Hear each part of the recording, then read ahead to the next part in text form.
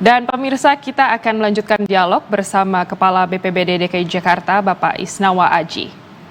Ya, Bapak Isnawa, jadi apa faktor utama penyebab banjir kali ini, Pak Isnawa?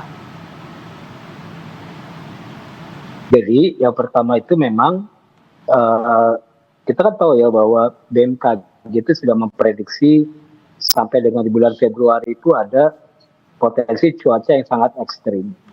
Ya, kemudian juga apabila di hulu terjadi peningkatan intensitas hujan yang cukup tinggi, juga mempengaruhi terhadap banjir ataupun genangan yang ada di bantaran-bantaran kali dan sungai. Kita tahu kemarin juga di sekitar Kali Pesanggerahan, Kali Mampang, Kali Krukut terjadi peningkatan intensitas yang sangat tinggi sehingga ada beberapa kelurahan di bantaran itu yang tergenang, apalagi apabila mereka berdekatan langsung dengan bantaran kali dan sungai. Potensi ketinggiannya bisa di antara 1 sampai 1,5 meter. Jadi kita harapkan dengan misalnya Bapak Gubernur mengarahkan upaya untuk memodifikasi cuaca, itu adalah bagian upaya untuk mengurangi intensitas hujan sebesar 20-30% di atas kota Jakarta. Kira-kira gitu, Mbak.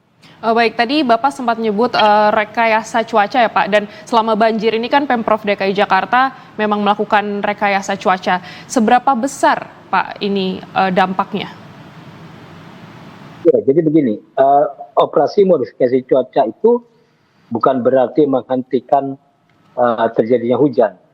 Itu adalah upaya rekayasa hasil kerjasama kami BPBD dengan BMKG, dengan BRIN, dengan TNI AU untuk bahasanya memprematurkan pertumbuhan awan hujan yang kemungkinan kita duga akan menghasilkan cuaca ekstrim dengan intensitas hujan yang cukup lama. Kita kan tahu di beberapa hari yang lalu Jakarta mengalami hujan mulai dari malam sampai dengan siang hari.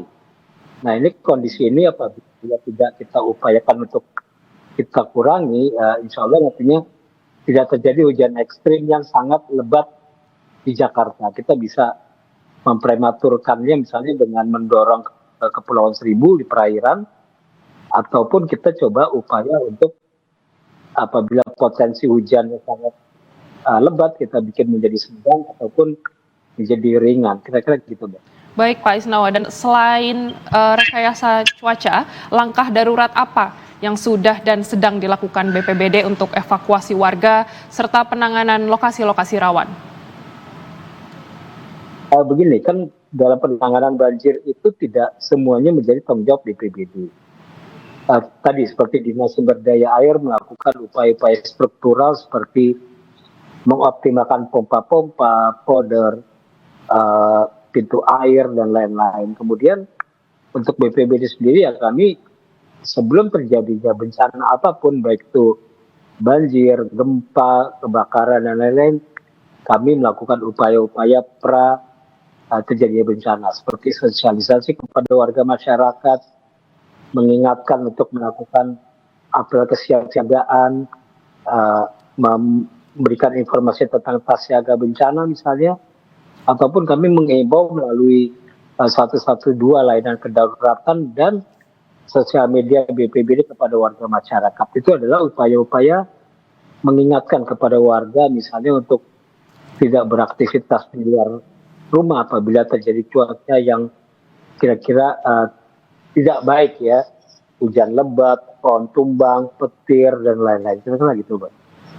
Baik Pak Isnawa, dan kira-kira bagaimana ini kesiapan BPBD menghadapi potensi banjir susulan, terutama dengan masih tingginya intensitas hujan beberapa hari ke depan? Ya, Pak Gubernur kan juga sudah menyampaikan kebijakan ya, misalnya berkaitan dengan work from home untuk para aparatur Pemprov Jakarta, kemudian juga work from anywhere untuk para pekerja di Jakarta, dan fleksibilitas untuk anak-anak sekolah melalui pembelajaran jarak jauh. Itu contoh-contoh yang sudah diingatkan oleh Bapak Gubernur untuk mengantisipasi cuaca ekstrim ataupun banjir yang ada di Jakarta. Nah, untuk BPBD sendiri, kami ingatkan lagi kepada warga masyarakat apabila ada kejadian kedaruratan di wilayah, silakan menghubungi kami di layanan siaga 112. Nanti BPBD akan mengkoordinasikan dengan seluruh dinas yang ada di DKI Jakarta untuk melakukan upaya-upaya respon cepat terhadap mitigasi bencana. Gitu, Mbak. Baik, Pak Isnawa. Dan terakhir ini Pak Isnawa, apa himbauan BPBD kepada masyarakat Jakarta agar tetap aman menghadapi potensi banjir lanjutan?